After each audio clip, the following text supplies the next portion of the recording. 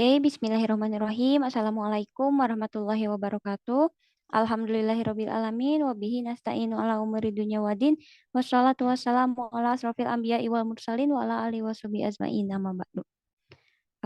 Apa kabar umat solihah semuanya, bunda-bunda sekalian? Hari ini kita akan mendiskusikan terkait dengan merawat fitrah keimanan anak dengan bermain yang didasari dengan Asmaul Husna. Tapi sebelum lanjut pembahasan lebih jauh, alangkah baiknya kita membahas dulu terkait dengan fitrah itu sendiri. Jadi, apa sih fitrah ya? Apa fitrah itu? Nah, arti dari kata fitrah itu dapat ditemui dalam Quran surat Al-Rum ayat 30, di mana di sana Allah berfirman, maka hadapkanlah wajahmu dengan lurus kepada agama Islam sesuai fitrah Allah disebabkan karena Allah telah menciptakan manusia menurut fitrah itu. Dan tidak ada seorang pun yang dilahirkan kecuali ia terlahir dalam keadaan fitrah. Maka orang tuanya lah yang membuatnya menjadi seorang Yahudi, Nasrani, atau Majusi. Perlu kita pahami bersama bahwa anak kita ini terlahir dengan fitrah yang telah Allah siapkan untuknya gitu ya. Jadi di dalam diri anak sudah ada fitrahnya masing-masing. Anak lahir bukan seperti kertas kosong yang terus kita beri gambaran atau beri coretan semau kita gitu. Bukan seperti itu.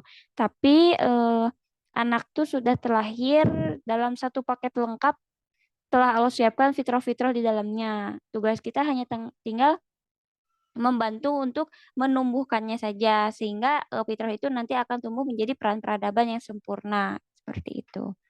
Nah, kemudian yang selanjutnya pembagian fitrah. Pembagian fitrah di sini terbagi menjadi 8, yaitu ada fitrah estetika dan bahasa, fitrah bakat dan kepemimpinan, fitrah keimanan, fitrah jasmani, fitrah belajar dan bernalar, fitrah perkembangan, fitrah individualitas dan sosialitas, dan fitrah seksualitas atau cinta.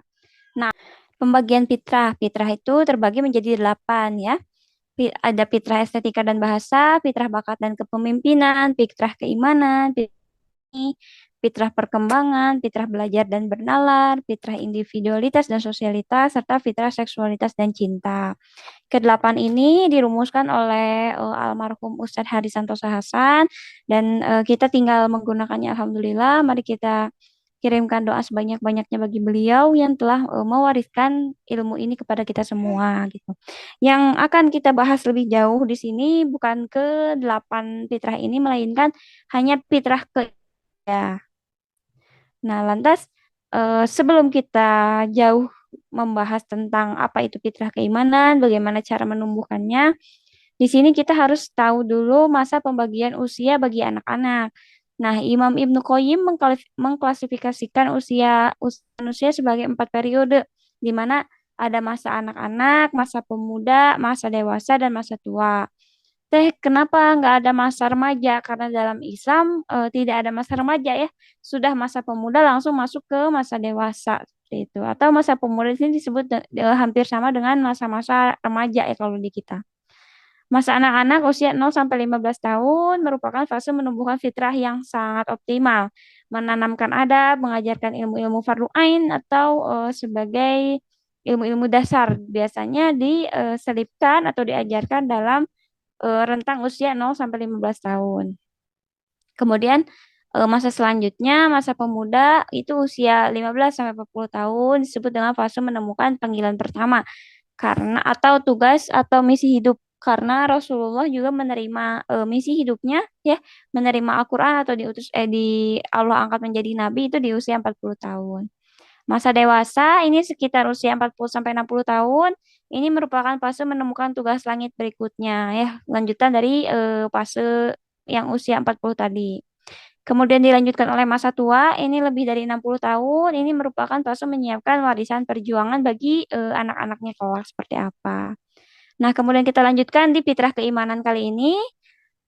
Bagaimana cara menumbuhkan fitrah keimanan tersebut? Nah, proses menumbuhkan fitrah keimanan ialah diantaranya gitu ya 0 sampai 2 atau 2 sampai 6 gitu ditujukan untuk menguatkan dan merawat fitrah sebagai konsep fundamental. Artinya fitrah yang telah Allah berikan kepada anak kita itu harus kita tumbuhkan secara maksimal didukung oleh kecintaan dalam keluarga dan lingkungan terdekatnya. Kemudian di usia 7 sampai 10 tahun ini ditujukan untuk menumbuhkan dan menyadarkan fitrah sebagai potensi. Jadi kalau misalkan di 0 sampai 2 atau 2 sampai 6 tuh fitrahnya belum terlalu terlihat gitu ya, belum ada kayak misalkan kalau fitrah keimanan belum terlalu terlihat ada keimanan di dalam diri anak, anak sudah rajin sholat sejak lahir gitu misalkan kan. Harus diajari dulu, harus perlu tahapan dulu. Nah, di usia 2 sampai 6 ini biasanya belum terlihat. Kalau di usia 7 sampai 10 tahun ini biasanya karena sudah melalui proses penumbuhan di usia 0 sampai 6 tahun tadi, di usia 7 sampai 10 tahun ini seharusnya sudah terlihat apakah si anak sudah mulai keimanannya sudah mulai baik ataupun belum. Kalau misalkan ternyata kan perintah untuk sholat tuh wajib di usia 7 tahun ya anak. Kalau misalkan usia 7 tahun anak masih belum bisa sholat sendiri atau belum mau sholat sendiri, berarti ada yang salah di cara penumbuhan kita di usia 0 sampai 6 tahun.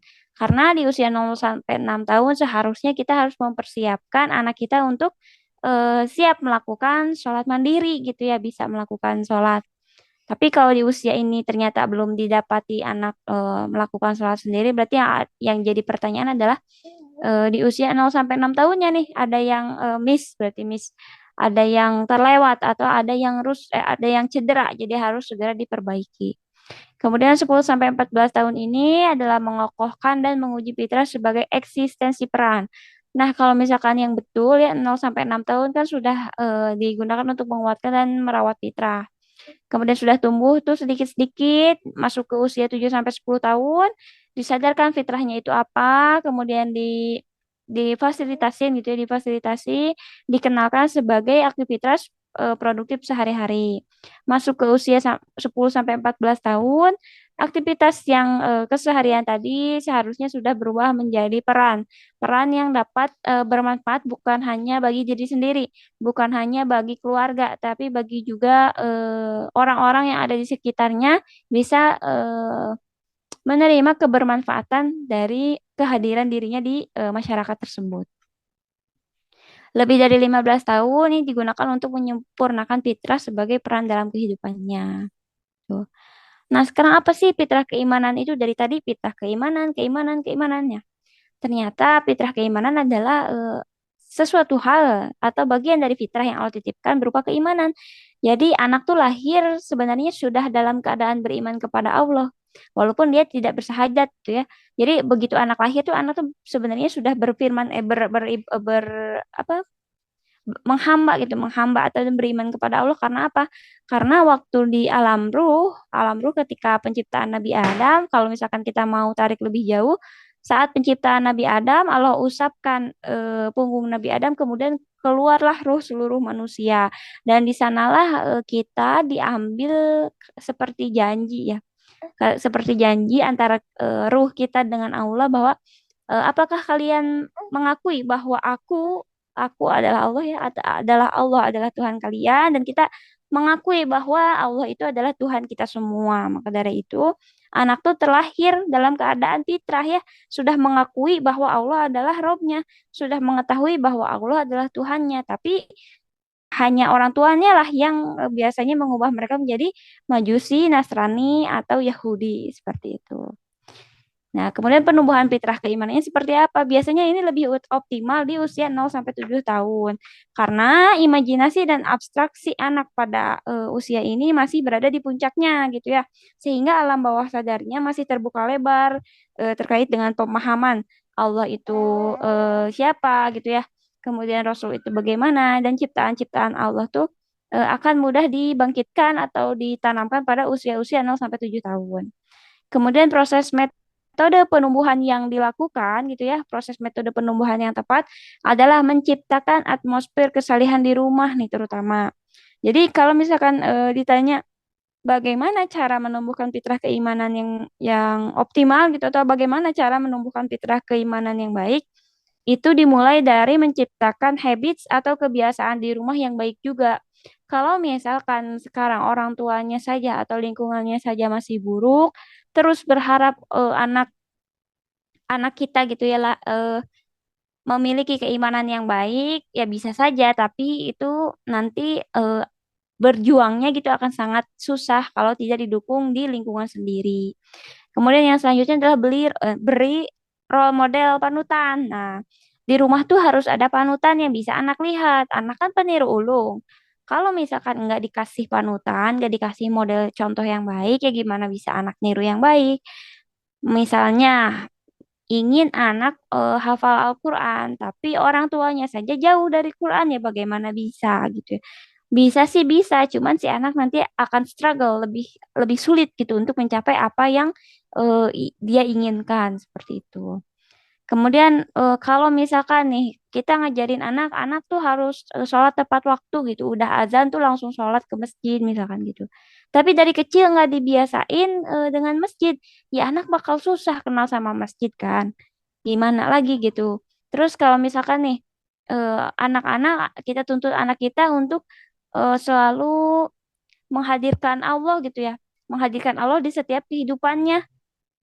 Kalau kalaupun kita ingin anak yang seperti itu, tapi kitanya saja masih suka ngeluh, kitanya saja masih kurang bersyukur dan tidak pernah menghadirkan Allah dalam kehidupan kita, ya bagaimana bisa anak dapat menyadari bahwa Allah itu ada gitu kan? Itu sih. Jadi sebelum kita mengarahkan kepada anak, kita harus mengkoreksi diri kita sendiri. Bagaimana? Apakah kita sudah siap menciptakan atmosfer kesolihan di dalam rumah? Apakah kita sudah siap menjadi role model panutan yang terbaik bagi anak-anak kita, gitu ya? Teh, gimana dong kalau kita udah punya anak, udah terlanjur punya anak, tapi sikap kita masih begini-begini aja gitu ya, masih belum menunjukkan kesolihan yang bagus atau masih lingkungannya juga masih belum mendukung untuk anak menjadi solih, bagaimana?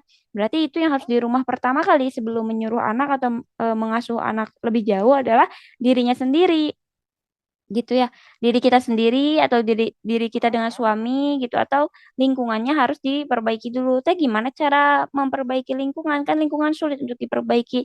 Setidaknya jika tidak diperbaiki, kita bisa membangun lingkungan lingkungan sempit di ruang lingkup dalam rumah gitu, minimal itu baik gitu. Walaupun misalkan di luar rumah ada ancaman-ancaman lain yang dapat mempengaruhi fitrah keimanan anak kita gitu. Yang ketiga adalah lebih mudah dikenalkan dengan aktivitas yang melibatkan anak, misalkan bermain di alam, kemudian suruh anak menyentuh, meraba, merasa, mencium, dan juga belajar di kehidupannya dengan pengalaman sederhana seperti menangkap momen itu penting dalam hidupnya. Jadi kayak misalkan ada hujan turun, kemudian kita lakukan dialog iman kepada anak kita. Nah, hujan itu dari Allah gitu. Hujan tuh turun karena Allah yang mau gitu. Allah mau kasih kita rezeki dan yang lain-lain gitu seperti itu. Yang selanjutnya adalah menanamkan pengetahuan tentang Allah dan pentingnya beribadah. Jadi sebelum kita nyuruh sholat, kita harus tahu, kita harus kenalkan dulu siapa Allah. Kemudian kenapa kita harus sholat tuh big why-nya kenapa kita harus sholat itu harus udah menancap di dalam diri anak, baru kita menuntut anak untuk melakukan hal-hal seperti rukun-rukun sholat dan ibadah lainnya. Selanjutnya adalah memberitahukan hal yang baik dan tidak boleh dilakukan menurut agama. Minimal anak tahu baik buruk dulu gitu. Jangan jangan terlalu jauh dulu ke hal buruk, ke baik buruk yang jelibet gitu yang bikin anak bingung. Tapi setidaknya misalkan makan tuh harus duduk gitu kan, itu yang hal-hal yang baik. Sedangkan kalau makan berdiri itu adalah hal-hal yang buruk ya, yang seperti itulah. Yang simpel-simpel yang bisa diterapkan di keseharian terlebih dahulu. Nanti kalau anak sudah siap menerima lebih lagi, misalkan semakin bertambahnya usia, semakin siap menerima ilmu lain, baru dikasih ilmu yang lain sebagai tambahan, seperti itu. Nah, kemudian apa sih yang dapat dilakukan gitu ya? Langkah konkret yang dapat orang tua lakukan dalam menanamkan fitrah keimanan kepada anak. Di antaranya adalah membacakan kisah-kisah Nabi. Ya, membacakan kisah Nabi sambil bermain misalkan. Terus ajak anak untuk sholat bersama saat azan berkumandang. Jadi setiap sholat, ayo kita jemaah gitu tuh sholat bareng-bareng di rumah sama orang tuanya gitu. Atau enggak ya kalau mau diajak ke masjid bisa, boleh ke masjid diajak sholat bareng gitu. Kemudian kenalkan Allah di setiap momen yang kayak seperti tadi dicontohkan ya. Kalau misalkan ada momen untuk mengenalkan Allah saat hujan, saat ada matahari terbit ataupun saat apapun itu, kalau misalkan ada momennya ya kenalkan Allah kenapa enggak gitu ya kita selipkan bahwa Allah itu ternyata ada gitu ya. Allah itu ternyata sangat mudah dikenalkan melalui ciptaan-ciptaannya gitu, seperti itu. Kemudian bermain bersama anak terkait dengan tema-tema keimanan seperti rukun Islam, rukun iman, kisah-kisah Nabi dan lainnya. Sekarang banyak ya kalau misalkan pengen ide-ide main, banyak lembaga yang menyediakan dan banyak komunitas juga yang bergelut di bidang itu gitu. Jadi kita tinggal cari aja apa yang sekiranya anak kita perlukan gitu untuk menunjang keimanan yang telah dimiliki saat ini. Gitu. Yang selanjutnya adalah berdoa kepada Allah agar memberi kita kesabaran yang luas untuk membersamai anak. Biasanya dalam membersamai anak kita tuh selalu hilang kesabaran ya, atau kesabaran kita tuh sempit banget kalau misalkan kita membersamai anak main-main gitu. Nah ini kita harus penting juga untuk berdoa kepada Allah agar Allah membantu kita gitu dalam membersamai anak. Yang selanjutnya adalah tawakal kepada Allah bahwa hanya Allah lah yang memiliki jiwa dan hati anak kita seutuhnya. Seperti itu. Nah, bagaimana sih Teh kalau misalkan kondisinya ternyata eh, fitrah keimanan anak kita ya, fitrah keimanan anak kita ini tidak tumbuh secara sempurna. Jika fitrah keimanan anak kita tidak tumbuh secara sempurna, maka yang akan jadi akibatnya adalah ia tidak mudah untuk melakukan ibadah kepada Allah. Ya, dia tidak akan mungkin mudah untuk melakukan ibadah kepada Allah. Kemudian jika melakukan pun, jika dia melakukan peribadahan kepada Allah, maka akan gampang untuk tergoda dan meninggalkan ibadah yang sudah dia lakukan gitu. Kemudian mudah terhasut oleh lingkungan luar, terjerat sistem pertemanan yang tidak sehat, misalkannya kelompok circle pertemanan yang memang hobinya gitu poya-poya gitu ya, atau menghabiskan waktu malam di klub dan lain-lain sebagainya gitu, atau jauh dari masjid yang seperti itulah. Dan masuk ke dalam sistem pergaulan yang buruk. Nah, seperti apa saja contohnya? Mabuk-mabukan, seks bebas, pembangkangan kepada orang tua, bahkan ketidakteguhan dalam keimanan gitu seperti itu. Bagaimana lagi Teh contoh cederanya fitrah keimanan pada anak di usia dewasa misalkan ya. Dapat kita lihat di next slide ya.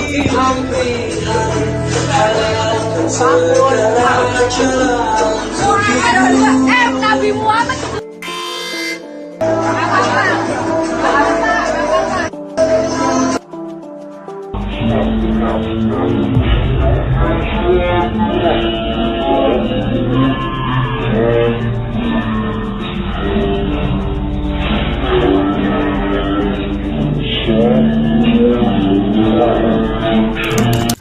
Aisyah, romantisnya cintamu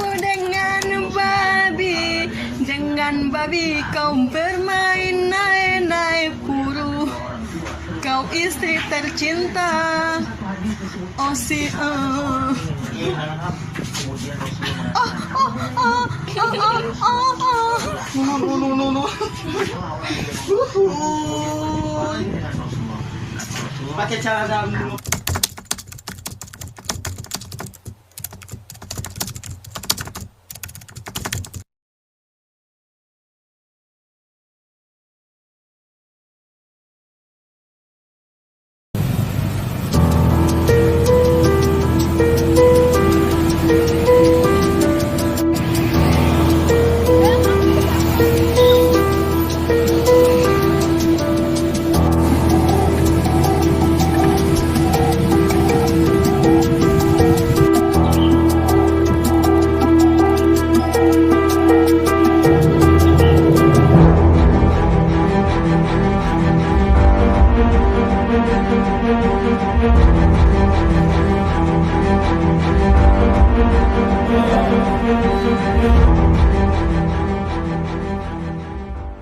Rilis dari Pengadilan Agama ya, di mana tahun 2022 dan di awal 2023 ini ada beberapa anak-anak remaja kita yang menikah sebelum waktunya, dan itu harus meminta rekomendasi untuk menikah dari PA.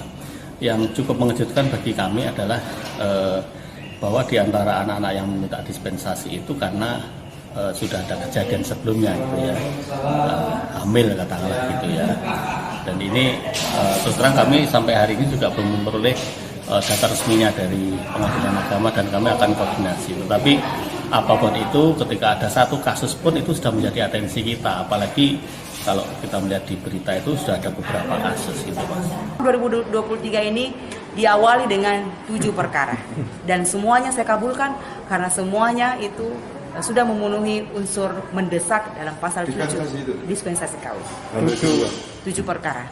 Mereka sudah hamil semua. Hamil duluan, bahkan ada yang sudah melahirkan di bulan November. Anak sekolah juga. Anak sekolah.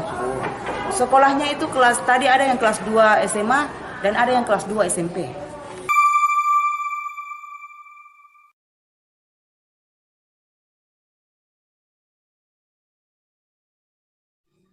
Nah, sudah kita saksikan bersama-sama ya bagaimana cederanya fitrah keimanan dalam anak-anak kita gitu. Bahkan kita jumpai awal tahun 2023 saja di daerah Jawa Tengah sudah banyak yang melakukan dispensasi pernikahan karena ia hamil duluan, karena dia bahkan sudah melahirkan anak ya. Nauzubillahi min dzalik. Maka dari itu peran kita sebagai orang tua ya untuk mempersiapkan peradaban gemilang gitu ya, peradaban Islami di masa depan, yaitu untuk mengajarkan tauhid kepada Allah. Apa saja? Tauhid itu biasanya tauhid itu sesungguhnya terbagi menjadi 3 jenis, yaitu tauhid rububiyah, tauhid uluhiyah, dan tauhid asma wa sifat. Tauhid rububiyah misalnya adalah meyakini bahwa Allah adalah satu-satunya pencipta gitu ya. Ini ada dalam Quran surat Al-Mu'minun ayat 86 sampai 87. Kalau tauhid uluhiyah itu terkait dengan mengesahkan Allah. Jadi dalam mengerjakan peribadahannya itu tauhid uluhiyah. Kalau keyakinannya itu tauhid rububiyah. Kalau melakukan peribadahannya itu terkait dengan tauhid uluhiyah. Uluhiyah ada pada Quran surat An-Nahl ayat 36. Nah, tauhid yang akan kita bahas saat ini adalah tauhid asma wa sifat, yaitu tauhid yang atau beriman kepada nama-nama Allah dan sifat-sifatnya, bahwa Allah itu seperti Allah Al-Jamil, Allah Al-Ghafur misalnya, Allah Ar-Razzaq, ya, pemberi rizki, dan sifat-sifat lainnya itu masuk ke dalam tauhid asma wa sifat. Nah, lantas bagaimana cara mengenalkan Asmaul Husna kepada anak gitu ya? Itu pertanyaannya. Ternyata Asmaul Husna sebagaimana kita sudah ketahui bersama bahwa Asmaul Husna adalah nama-nama Allah yang indah. Kemudian jumlahnya yang disebutkan di dalam hadis hanya 99 nama. Tetapi di dalam Al-Qur'an terdapat nama-nama Allah selain 99 nama tersebut gitu ya. Nah, cara mengajarkan Asmaul Husna kepada anak itu adalah bagian dari tauhid kepada Allah juga, tapi untuk mempelajari nama-nama dan sifat-sifatnya gitu bisa lewat ide bermain tentunya saja ya. Nah, bisa saja nih kalau misalkan ditarik garis benang merahnya untuk menanamkan tauhid kepada anak itu cara-caranya bagaimana? Misal oleh tauhid rububiyah dulu nih ya, rububiyah keyakinannya. Pada usia 1 tahun ketika mengajari anak sebuah kosakata baru, selalu tambahkan Allah. Nah, ini pohon, ciptaan siapa? Ciptaan Allah. Kemudian kalau mau makan, nah ini makanannya rezeki dari siapa? Misalnya dari Allah gitu. Ya, menambahkan kosakata baru walaupun anaknya belum merespon secara aktif, tapi tetap harus dikenalkan terlebih dahulu Allah itu siapa. Kemudian di usia 2 tahun, nih ajak anak untuk selalu bertasbih. Misalkan mau makan berdoa dulu, mau tidur berdoa dulu, dan sepanjang jalan diajarkan kalimat-kalimat tasbih misalkan seperti itu. Dan biasakan anak menyebut kalimat-kalimat thayyibah, Masya Allah, Subhanallah, yang seperti itu ya. Ketika anak menginginkan sesuatu, ajari untuk berdoa. Kalau misalkan anak sedang menginginkan sebuah mainan, misalkan, ayo berdoa dulu sama Allah, biar Allah yang mengabulkan. Itu untuk membantu meningkatkan tauhid, untuk membantu meningkatkan tauhid rububiyah kepada anak gitu ya. Nah, kemudian di usia 3 tahun ke atas, ajak anak untuk berzikir kepada Allah gitu. Berzikirnya seperti apa? Di perjalanan, misalkan jika jalan menanjak, ucapkan takbir, kemudian jika jalanan menurun, ucapkan tasbih, dan lain sebagainya. Kemudian ketika anak naik tangga, nah kamu mau main anak tangga seperti apa gitu ya? Ayo coba takbir. Menanamkan tauhid kepada anak itu seperti apa? Di usia 3 tahun ke atas, ajak anak untuk berzikir, misalkan saat di perjalanan, kemudian saat menghadapi jalanan yang menanjak, ucapan takbir, saat menurun, misalkan ya bertasbih kepada Allah dan yang lain sebagainya. Kemudian ajarkan atau dekatkan anak dengan Al-Quran, seperti itu bisa dibaca nanti di dalam materi yang terlampir. ya. Oke, nah ini salah satunya adalah menanamkan tauhid kepada anak dengan Asmaul Husna atau Asma wa Sifat. Dengan ide bermain misalnya ya, ini di didapat dari komunitas Quran Based Play. Kalau misalkan umat solihah semua mau ikutan, boleh dihubungi aja Instagramnya gitu ya. Misalkan nih dari Al-Musawwir ya Al-Musawwir bahwa Allah itu maha memberi bentuk rupa. Ide mainnya seperti apa? Misalkan cari daun-daun yang berjatuhan tapi yang berbeda. Nah, kan di sana bisa kita ajari ya. Nah, ternyata Allah menciptakan daun saja berbeda gitu ya dari satu sampai yang lainnya.